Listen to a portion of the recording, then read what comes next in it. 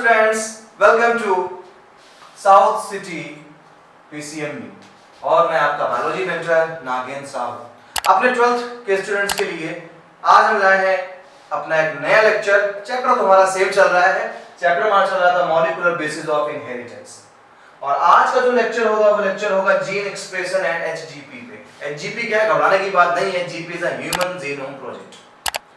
तो फ्रेंड्स अभी लास्ट में या एक्चुअली आज हमारा ये चैप्टर का लास्ट लेक्चर, लेकिन बाकी लेक्चर्स अगर आपको देखने हैं तो भाई चैनल को सब्सक्राइब करना पड़ेगा। रीजन क्या है, क्योंकि आपको प्रीवियस लेक्चर्स देखने हैं तो चैनल सब्सक्रिप्शन लेना पड़ेगा।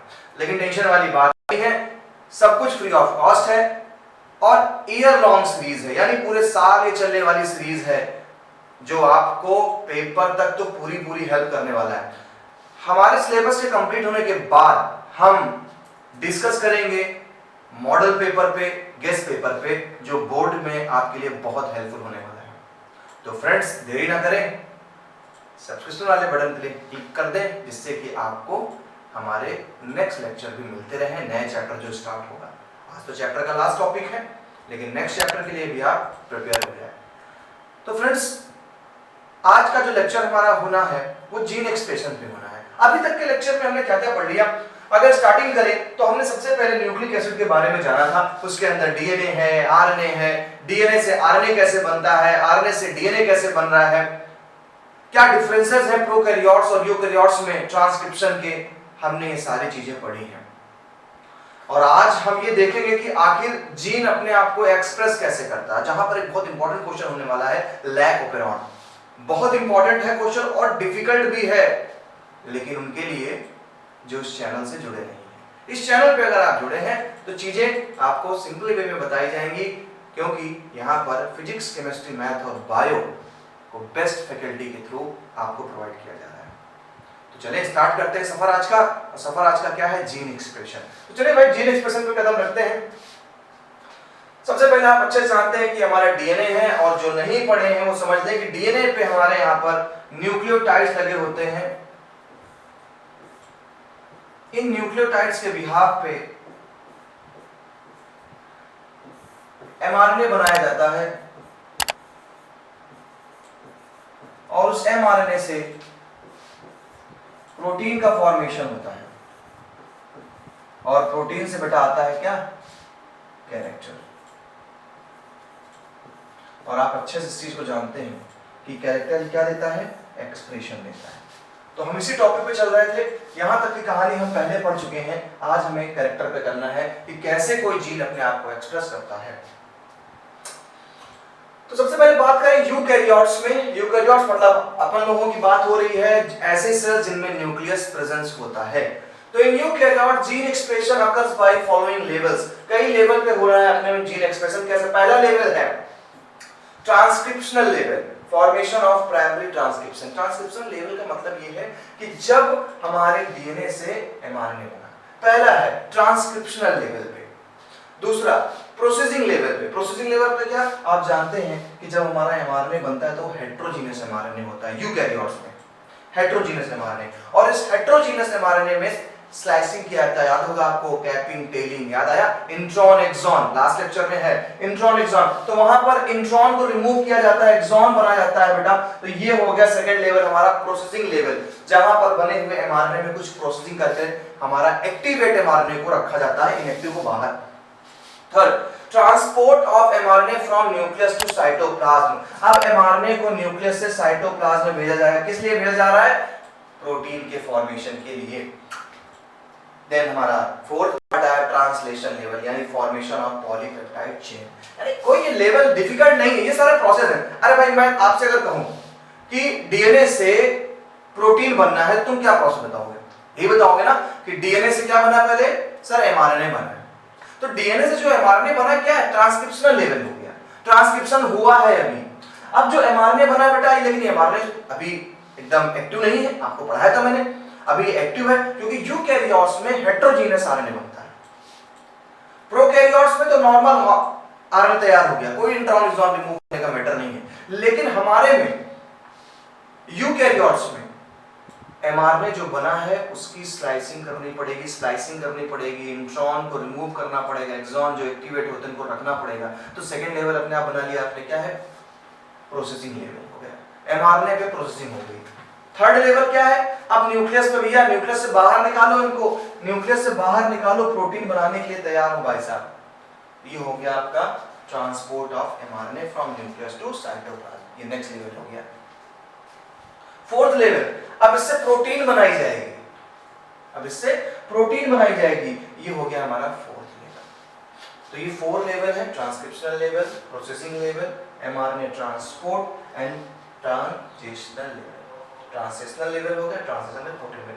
ये एक बेसिक थीम है, क्लियर? तो ये आप लेवल लर्न कर लें। आपसे बहुत भारी मैकेनिज्म नहीं पूछने वाला वो कि describe the mechanism of gene expression, no, level आप देखते चले कौन कौन से लेवल है। अब आती है रेगुलेशन ऑफ जीन एक्सप्रेशन। देखिए, अब एक जो बैक्टीरिया है, उस बैक्टीरिया में जीन एक्सप्रेशन को शो किया जा रहा है, क्या है? The metabolic, physiological and environmental condition regulate the gene expression. Metabolic यानी कैटाबॉलिक और एनाबॉलिक प्रोसेस के through, physiological and environmental condition ये डिसाइड करती हैं, रेगुलेट करती हैं जीन एक्सप्रेशन। अब जो कैसे? मान लो आप एक समर कंडीशन पे हो, मानी गर्मी है आपके सराउंडिंग में। अब उस गर्मी में आपकी बॉडी से स्वेटिंग होगी, बट विंटर में तो नहीं होता ऐसा। क्यों? क्योंकि एनवायरनमेंट डिसाइड करता है, आपका सराउंडिंग डिसाइड करता है कि आपकी बॉडी में क्या चेंजेस होने चाहिए। तो एंजाइम कब बने, कब ना बने, ये सारी चीजें वही बता रहा पहले है कि metabolic, physiological, environmental conditions regulate करती हैं जीन के एक्सप्रेशन को। अरे भाई, जब आपने खाना नहीं खाया है तो गैस्ट्रिक जूस गिरने की जरूरत नहीं है। और गैस्ट्रिक जूस में है क्या? एंजाइम्स। एंजाइम्स बने किससे? प्रोटीन से। प्रोटीन को किसने बनाया? एमआरएनए ने। एमआरएनए किसने? डीएनए। तो वही कह रहा है भाई, जब हम खाना खाएंगे तब पेप्सिन एंजाइम स्टमक से गिरेगा, यानी कंडीशन डिसाइड कर रही है कि एंजाइम बने ना बने। ये बात समझ में आ गई? चलिए आगे चलते हैं। In E coli the beta galactosidase enzyme hydrolysis lactose. Beta galactosidase ये है क्या? चलिए थोड़ा सा आपको बता दें लैक्टोज से क्या मतलब है। देखिए, ये एक इकोलाई बैक्टीरिया है, और बैक्टीरिया का पसंदीदा चीज जो होती है ना बेटा, वो होती है शुगर, यानी मोनोसैकेराइड। शुगर बैक्टीरिया को बहुत पसंद है, कोई बैक्टीरिया हो। पसंद इसलिए है क्योंकि वो उस मीडियम में अच्छे से ग्रोथ करते हैं।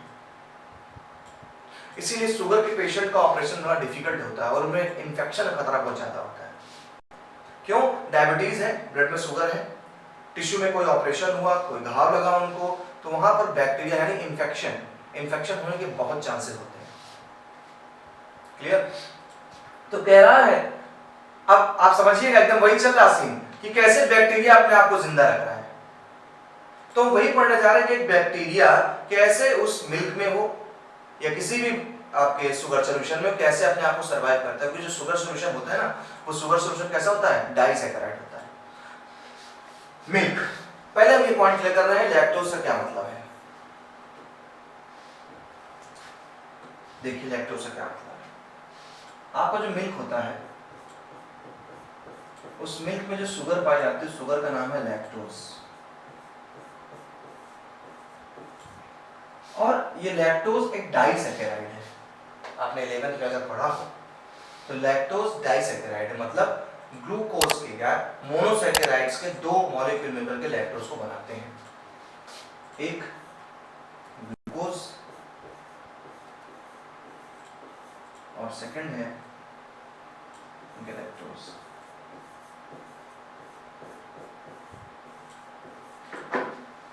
और ऑर्गेनिज्म कोई भी हो, आप हो, हम हो, बैक्टीरिया हो, उनको जिंदा रहने के लिए रेस्पायरेशन करना पड़ता है। क्या करना पड़ेगा? रेस्पायरेशन। और आप अच्छे से पढ़ चुके हैं कि रेस्पायरेशन का मतलब क्या होता है। जब ग्लूकोज ऑक्सीजन से रिएक्शन करता है तो एनर्जी बनाता है। अब पता चला कि हमारा ये बैक्टीरिया शुगर सॉल्यूशन में या मिल्क में है।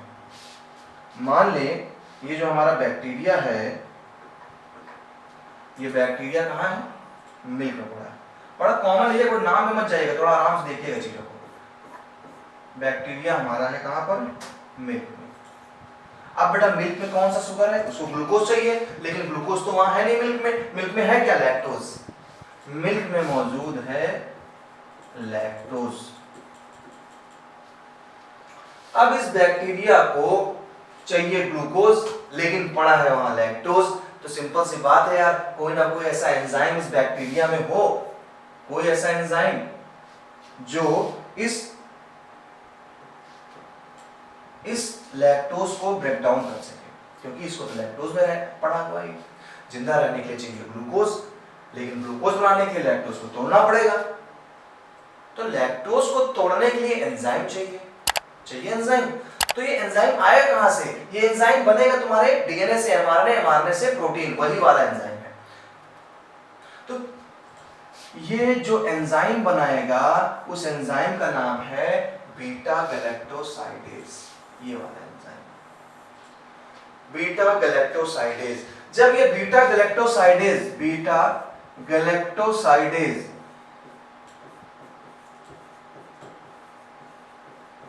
जब ये बीटा गैलेक्टोसाइडेज एंजाइम आ जाएगा तो लैक्टोज का ब्रेकडाउन हो जाएगा और ग्लूकोज से एनर्जी बना करके अपने आप को जिंदा रहेगा। देखिए बात आ गई ना, जैसा कि पहली लाइन कह रही थी कि एनवायरमेंटल कंडीशन डिसाइड करती हैं जीन के एक्सप्रेशन, कैसा जीन का एक्सप्रेशन हो।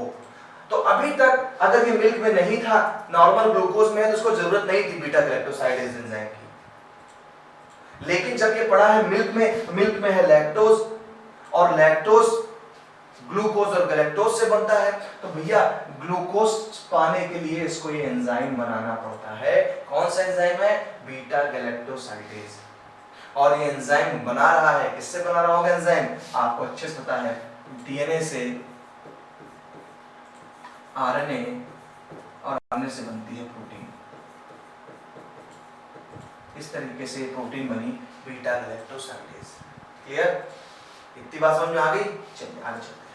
अगर ये आप समझ चुके हैं तो अब आपको टेंशन नहीं लगनी है, क्योंकि आपको सिंपल सी बात है, अब हमें इतना समझना है कि हाँ हमारा बैक्टीरिया है, उस बैक्टीरिया जब मिल्क में रहेगा तो मिल्क में एक एंजाइम बनाना पड़ेगा। क्यों? क्योंकि लैक्टोज का ब्रेकडाउन करना है। वो एंजाइम होगा बीटा गैलेक्टोसाइडेज, जहां पर लैक्टोज का ब्रेकडाउन होगा, बनेगा ग्लूकोज प्लस गैलेक्टोज। ठीक है? चलिए अब आपको लाइन समझ में आ जाएगी, जरा पढ़िए, लाइन को रीड करिए। In E. coli, the beta galactosidase enzyme hydrolyzes lactose into galactose and glucose. In the absence of lactose, the synthesis of beta galactosidase is stopped. अब जब लैक्टोज है ही नहीं है, अगर इसे डायरेक्ट शुगर मिल रही है तो जरूरत ही नहीं है लैक्टोज की, बीटा गैलेक्टोसाइडेज की क्या जरूरत? जब नॉर्मल उसको मिल रहा है शुगर तो एंजाइम बनाएगा नहीं। The development and differentiation of embryo into the adult are a result of the expression of several set of genes. अब एक छोटे बच्चे में अगर जीन्स, ये तो बैक्टीरिया में सिंगल जीन से काम हो जाएगा, सिंगल जीन सब कंट्रोल कर लेगा, लेकिन एक छोटे से एम्ब्रियो में बहुत सारे सेट होते हैं जीन्स, कितने सारे एंजाइम्स हैं। उसकी हेयर का फॉर्मेशन करना है एम्ब्रियो में, स्किन का फॉर्मेशन करना है, सब एंजाइम की बदौलत है। विदाउट एंजाइम कोई केमिकल रिएक्शन है ही नहीं है, इवन विदाउट एंजाइम हम ही नहीं है। हल्का सा आप अगर इसको एक्सपेरिमेंटली में बताओ, शायद आपने देखा होगा, कभी भी देखा होगा आपके स्कूल में जब असेंबली होती है तो असेंबली में क्या होता है, आप देखते हैं जब बहुत ज्यादा गर्मी होती है और अगर आपको ग्राउंड में खड़ा कर दिया है, धूप भी है, तो बहुत से बच्चे देखते हो कि आप चक्कर खा के गिर पड़ते हैं। गिरते हैं, रीजन क्या है? रीजन ये है कि उस गर्मी, अब गर्मी पड़ रही भयंकर, 40-45 डिग्री पहुंच गया टेम्परेचर, ऐसी कंडीशन पे आपके एंजाइम्स डिनेचुरेट हो जाते हैं या एंजाइम बनना बंद हो गए। और जैसा कि मैंने कहा कि बिना एंजाइम कोई केमिकल रिएक्शन होनी नहीं है, तो जैसे एंजाइम बनना बंद, आप क्या हो गए? बेहोश होकर पड़े। जैसे देखते हैं आप बेहोश हो गए, आपकी स्वेटिंग चालू हो जाती है, पसीना, बॉडी ठंडी हो जाती है, ठंडी हो गई, एंजाइम फिर से बनने लगे, और एंजाइम बनने लगे, आप फिर से चलने लगे। तो हम ये मशीन है, और इस मशीन को कंट्रोल कौन कर रहा है? डीएनए। डीएनए से एमआरएनए, एमआरएनए से प्रोटीन, वो प्रोटीन एंजाइम हो सकती है, वो प्रोटीन हार्मोन हो सकती है। क्लियर? चलिए आगे चलते हैं। अब आती बात, if a substrate is added to growth medium of bacteria, a set of gene is switched on to metabolize it, it is called induction. ये देखिए बैक्टीरिया को कल्चर में ग्रो किया गया, ग्रीन कलर से आप जो देख रहे हैं बैक्टीरियल कॉलोनी है। ये जो ग्रीन कलर से देख रहे हैं ये आपकी है बैक्टीरियल कॉलोनी, ये है आपके बैक्टीरिया। क्लियर? कह रहा if a substrate is added to growth medium of bacteria, a set of genes is switched on to metabolize it. It is called induction. When a metabolite is added, the genes to produce it's turned off. This is called repression. मान लीजिए ये bacteria है और bacteria भी glucose में है, इनको beta galactosidase enzyme बनाने की जरूरत नहीं है, तो बोल दिया स्विच ऑफ कर दिया। स्विच ऑफ कर दिया, बीटा गैलेक्टोसाइडेज नहीं चाहिए क्योंकि ग्लूकोज है, ग्लूकोज ऑलरेडी मोनोसैकेराइड है और दुनिया का हर एक ऑर्गेनिज्म रेस्पिरेशन के लिए ग्लूकोज को यूज करता है, मोनोसैकेराइड। लेकिन कह रहा है कि अगर यहां पर हम ऐड कर दें लैक्टोज, अब ग्लूकोज नहीं है, अब क्या है, लैक्टोज है केवल। कह रहा जब केवल लैक्टोज हो जाएगा तो फिर बेटा वही घटना घट गई, क्योंकि आपको पता है लैक्टोज बना किससे है, ग्लूकोज प्लस गैलेक्टोज से। तो इस बैक्टीरिया को एंजाइम बनाना पड़ेगा, इस बैक्टीरिया को एंजाइम बनाना पड़ेगा, वही एंजाइम है बीटा गैलेक्टोसाइडेज, तो इसको स्विच ऑन करना पड़ेगा, अपनी मैकेनिज्म स्विच ऑन करनी पड़ेगी। क्या करना पड़ेगा, स्विच ऑन करना पड़ेगा। अब जब से स्विच ऑन किया, इसने जीन बन गया, वो जीन ने क्या किया, लैक्टोज का ब्रेकडाउन कर दिया, किसमें कर दिया, ग्लूकोज प्लस गैलेक्टोज में, ग्लूकोज प्लस गैलेक्टोज में कर दिया। अब ये ग्लूकोज जो है, इस ग्लूकोज से हमारा बैक्टीरिया अपना एनर्जी बनाएगा और अपनी कॉलोनी को बढ़ाएगा, फलेगा फूलेगा। क्लियर? अब देखिए वही बैक्टीरिया का ओपेरॉन कॉन्सेप्ट आ गया। साइंटिस्ट थे ओपेरॉन, उन्होंने अपने नाम से रख दिया और इसी को बोलते हैं लैक ओपेरॉन। तो लैक का मतलब हो गया लैक्टोज से, लैक ओपेरॉन। ईच मेटाबॉलिक, अब देखिए अभी तक जो हम लोग वर्बली जो बोले कि हाँ इस प्रोटीन ने ये बनाया, एंजाइम स्विच ऑन हो गया, अब उसको हम लोग जीन्स पे लेके चलें कि जीन्स के अंदर क्या घटना घटती है। Each metabolic reaction is controlled by a set of genes. Set है, जीन्स का एक सेट लगा हुआ है, ये पूरा एक जीन्स का सेट लगा हुआ है। All the genes regulating a metabolic reaction constitute an operon. जितने भी जीन्स हैं इन सबको मिलाकर के हमने क्या बोल दिया, ओपेरॉन। मैं वैज्ञानिक है तो इतना नाम तो देंगे, डिस्कवरी है बड़ी। Lac operon example, lac operon, TRB operon, ARA operon, his operon, हमें लैक ओपेरॉन पढ़ना है जो हमारे सिलेबस में है, लैक ओपेरॉन। सबसे पहले सेट देखिए क्या क्या है। देखिए एक ये Z, lac Z, lac Y, ये जीन्स है बेटा, लैक ए। हर एक जीन अपनी प्रोटीन बनाएगा। देखिए बार बार जब मैं बोलूं प्रोटीन, तो प्रोटीन का मतलब यही मत समझिए body building material. Protein enzymes हो सकते हैं, प्रोटीन हार्मोन हो सकते हैं। क्लियर? ये है हमारे lac operon. Lac operon is the operon controlled by lactose metabolism. It is proposed by Francois Jacob and Jacob Monod. इन दो लोगों ने मिलकर के इस सिस्टम को दिया, फ्रांकोइस जैकोब एंड मोनार्ड, दो साइंटिस्ट आपके सामने हैं। अब देखिए कैसे क्या चीजें हैं। Lac operon consist of a regulatory और इनहिबिटरी जीन। आई से शो कर रहा है ये चीज,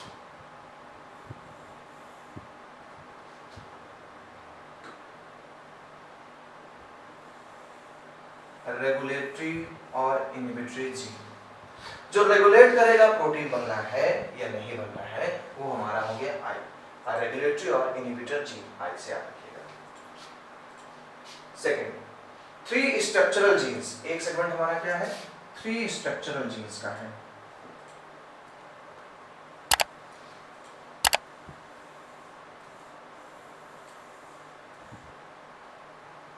ये क्या हो गया हमारा, 3 स्ट्रक्चरल जीन का भी एक सेगमेंट हमारा ये हो गया।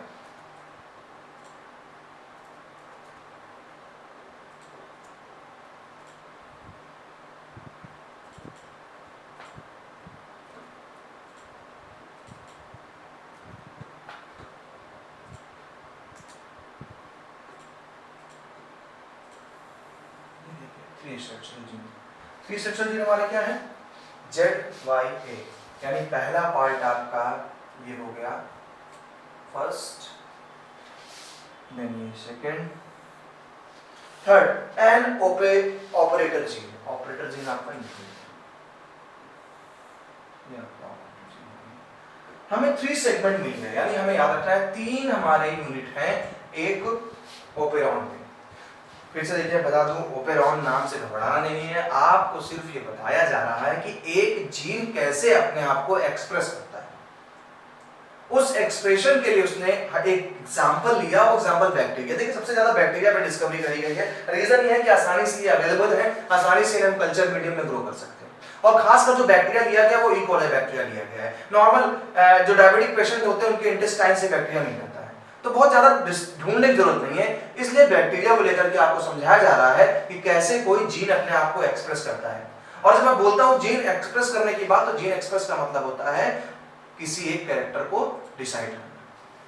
तो यहाँ पर जो बैक्टीरिया लिया गया था ई कोलाई, बताया जा रहा है कि उसमें जीन एक्सप्रेशन के लिए एक जीन है, एक सेट है जीन का, उस जीन के सेट को उसने ओपेरॉन नाम दिया है। और कह रहा है उस ओपेरॉन के अंदर 3 हमारे जीन्स हैं, 3 जीन्स हमारे। एक जीन रेगुलेटरी जीन है, सेकंड ऑपरेटर जीन है, थर्ड हमारा स्ट्रक्चरल जीन है। क्लियर? तो ये 3 चीजें समझ में आ गई। कह रहा है genes in the operon function together in the same और related metabolic pathway. Same time पे तीनों काम करेंगे। आ जाइए आगे, क्या कह रहे हैं अब सबके रोल समझ लीजिए। Role of structural gene. Structural gene का क्या रोल है बेटा? जो जेड वाला है ना, ये एंजाइम, ये जो जीन का सेगमेंट है, ये क्या करता है? ये एंजाइम बना रहा बीटा गैलेक्टोसाइडेज। ये एंजाइम बना रहा बीटा गैलेक्टोसाइडेज, वही बीटा गैलेक्टोसाइडेज जो लैक्टोज का ब्रेकडाउन करेगा ग्लूकोज और गैलेक्टोज में, तो ये तो बनना बहुत जरूरी है। Y gene codes for permease. Permease बड़ा नाम मैच कर रहा है परमिएबिलिटी से।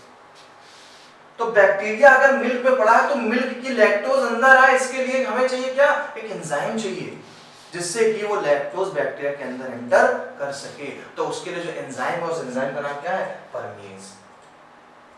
It increases permeability of the cell of beta galactosidase, यानी लैक्टोज को ब्रेक डाउन करने के लिए परमेबल बनाएगा। चलिए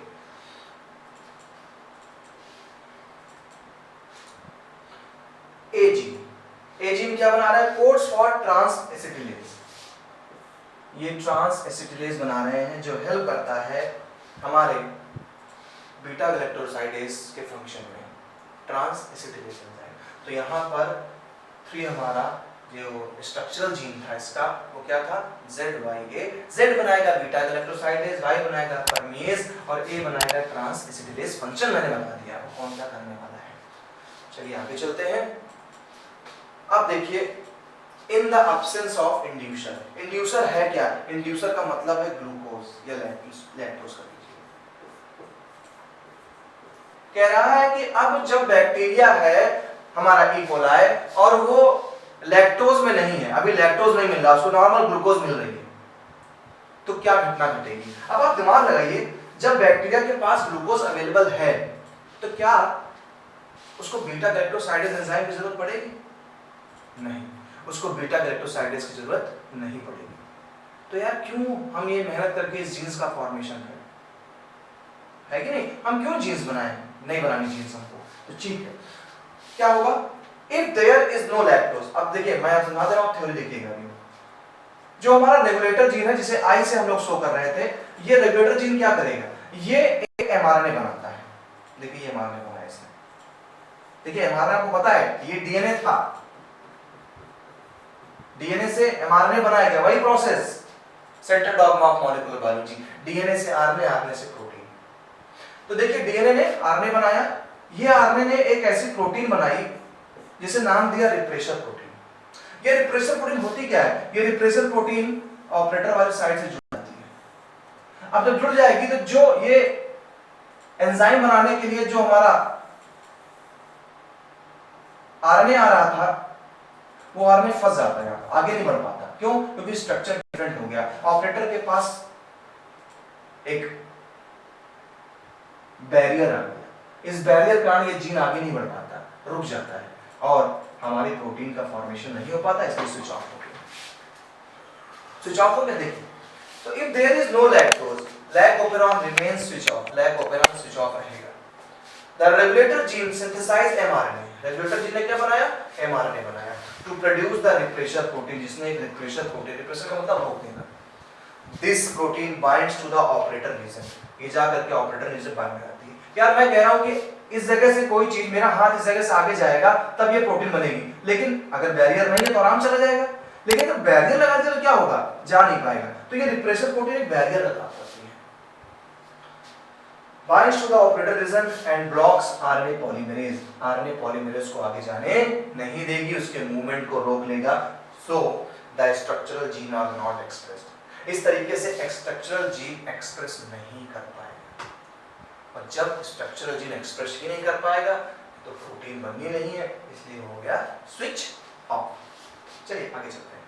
अब कह रहा है in the presence of inducer, अब अगर इंड्यूसर है तो क्या करना है, चलो भाई देख लेंगे। इंड्यूसर है तो अब सिंपल सी बातें निकल के आती है कि अगर इंड्यूसर है, लैक्टोज है, अब ग्लूकोज नहीं मिल रहा उसको, लैक्टोज है, तो यार हमारा खुद दिमाग जाएगा लैक्टोज आ गया सर, अब तो लैक्टोज का ब्रेकडाउन करना पड़ेगा क्योंकि बैक्टीरिया को ग्लूकोज चाहिए, लेकिन वहां पे है क्या, लैक्टोज है, तो लैक्टोज को ब्रेकडाउन करना पड़ेगा ग्लूकोज प्लस गैलेक्टोज में, लेकिन ब्रेकडाउन तो हवा में होगा नहीं, ब्रेकडाउन के लिए क्या चाहिए, एंजाइम चाहिए, और वो एंजाइम क्या है, बीटा गैलेक्टोसाइडेज। अब बीटा गैलेक्टोसाइडेज है तो बीटा गैलेक्टोसाइडेज को बनाया कौन है, एमआरएनए, तो स्विच ऑन हो जाएगा। देखिए सिंपल सी बात है, पुराने डायग्राम में क्या था, रिप्रेशर प्रोटीन बनी थी, रिप्रेशर प्रोटीन गई थी, अब जब इंड्यूसर आ जाता है तो रिप्रेशर प्रोटीन को पकड़ लेता है, उसको जुड़ने ही नहीं देता है। चलिए देखते हैं, देखिए जैसा कि सेम स्विच ऑफ में क्या था, स्विच ऑफ में एक रिप्रेशर एमआरएनए बना, एमआरएनए ने प्रोटीन बना दी, बन गई प्रोटीन, लेकिन देखिए यहाँ पर इंड्यूसर आ गया, लैक्टोज आ गया, ये लैक्टोज के मॉलिक्यूल से जुड़ जाते हैं, लैक्टोज को इंड्यूसर बोला जा रहा है, ये लैक्टोज के मॉलिक्यूल जुड़ गए, अब जब जुड़ गए ना बेटा तो ये इसको ऑपरेटर जीन पे जुड़ने नहीं देते हैं, ऑपरेटर पे जुड़ेगा नहीं तो आरएनए पॉलीमरेज चलता हुआ चला जाएगा और एक प्रोटीन का फॉर्मेशन कर देगा। देखिए जुड़ा नहीं, क्या हुआ, जेड वाले ने क्या बना दिया, बीटा गैलेक्टोसाइडेज, इधर वाई ने परमीज, इधर ए ने transacetylase, lactose metabolism, lactose का ब्रेकडाउन चालू हो जाएगा, किसमें, ग्लूकोज और गैलेक्टोज में। तो if lactose is provided in the growth medium, the lactose is transported into the E coli cells by the action of permease. Clear, फिर से देख लीजिए, आप थोड़ी पढ़ लीजिए आराम से।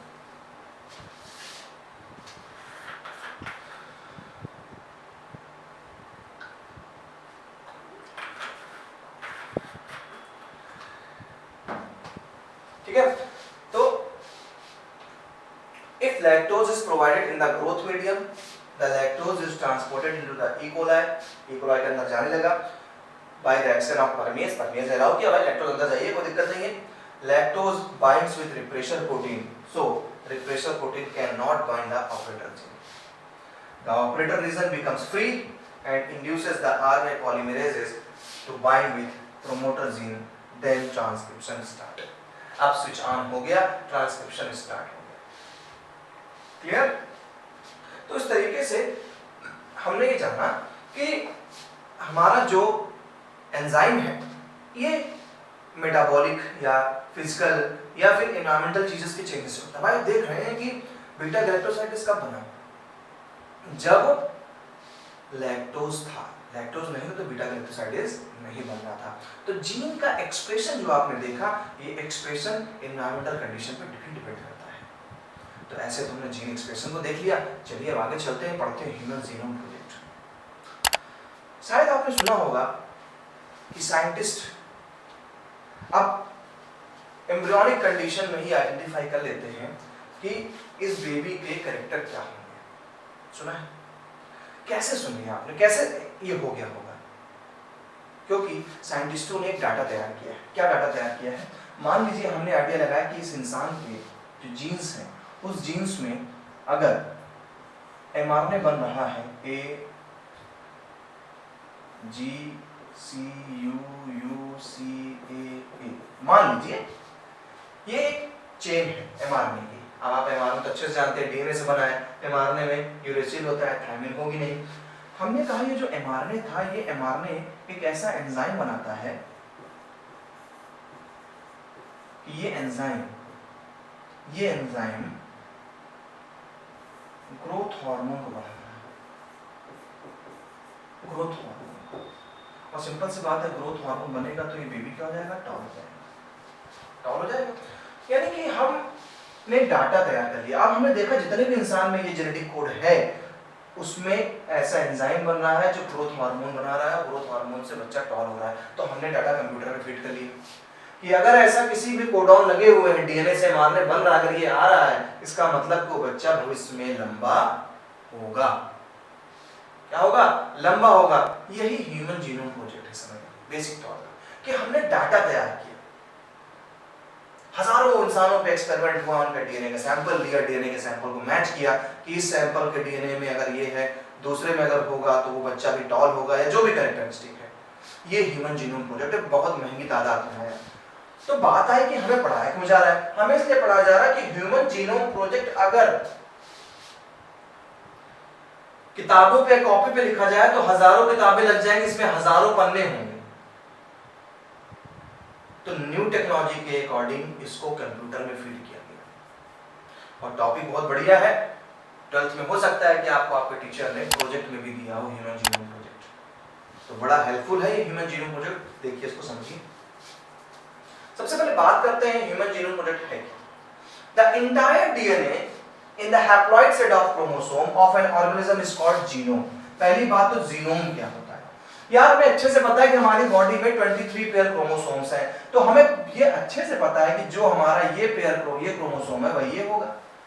तो हम हैप्लॉइड सेट की टेस्टिंग करें ना, हम क्यों फायदा दोनों करें। आप जब मार्केट में शूज लेने जाते हो तो जो शॉपकीपर है वो क्या करता है, आपको एक ही शूज तो पहले पहनाता है कि देखते समय दोनों पहना देता है। टेस्टिंग में आप एक ही पहनते हैं, हाँ जब आपको पसंद आ गया तो दोनों पहन लिया, लेकिन टेस्टिंग में एक ही। क्यों, हम क्यों मेहनत करें, जब सेम शेप एंड साइज का है, सेम कॉपी है उसका, तो एक ही डीएनए की हम टेस्टिंग करें।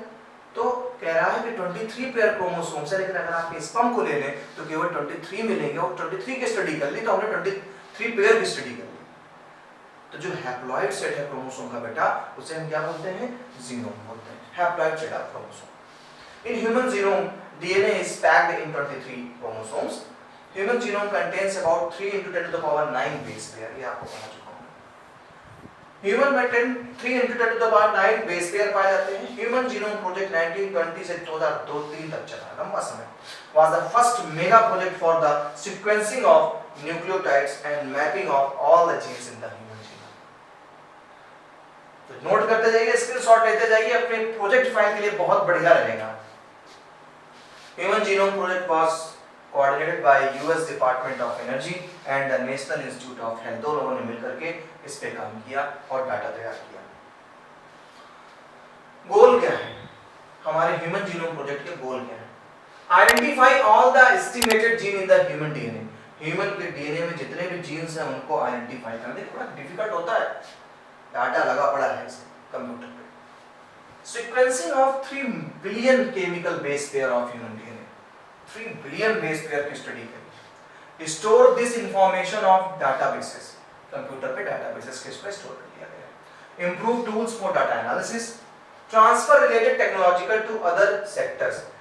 अब जो टेक्नोलॉजी की तुमने जो एनालिसिस किया है उसको अदर सेक्टर में भेजा जाएगा। Address the ethical, legal and social issues that may arise from the project. जो भी है एथिकल या लीगल इश्यूज हैं, सोशल इश्यूज हैं, तो एलसी का एक्सपेंड फॉर्म आप याद कर लीजिएगा, एथिकल, लीगल, सोशल इश्यूज।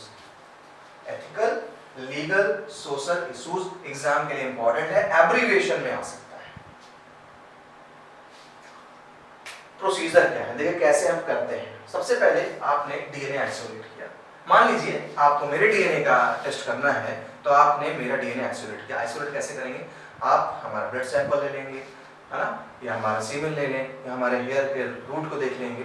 आपने सेल से डीएनए आइसोलेट कर लिया। आइसोलेट करने के बाद कन्वर्ट इनटू रैंडम फ्रेगमेंट्स, हमारे डीएनए के फ्रेगमेंट्स कर दिए जाएंगे, छोटे छोटे टुकड़े एंजाइम के। Clone in a host, bacteria and yeast using vector BAC and YAC. ये बेटा बहुत इंपॉर्टेंट है, बैक एंड यैक। हालांकि अभी मैं आपको जब जेनेटिक पढ़ाऊंगा, टॉपिक हमारा बड़ा अच्छा टॉपिक है जेनेटिक इंजीनियरिंग, तो वहां पर इसके बारे में चर्चा फिर से होगी। BAC bacterial artificial chromosome, YAC yeast artificial chromosome. Amplification यानी आपके डीएनए का एम्पलीफाई किया जाएगा, डीएनए के नंबर को बढ़ाया जाएगा। Sequencing of fragments using automated DNA sequence, अब आपके डीएनए को ऑटोमेटेड सीक्वेंस में लगाया जाएगा। Clear? Arrange the sequences based on overlapping region, then alignment of sequences using computer program, फिर आपके कंप्यूटर प्रोग्राम में अलाइनमेंट किया जाएगा कि इससे न्यूक्लियोटाइड से कौन सी टाइप की प्रोटीन का फॉर्मेशन होगा। तो बैक का फॉर्म देखिए नीचे दिया गया है, ये आप एग्जाम के लिए बैक एंड एक्ट का नाम दिया गया है फुल फॉर्म में, अच्छे से देख लीजिए। फिर हम आगे चलते हैं।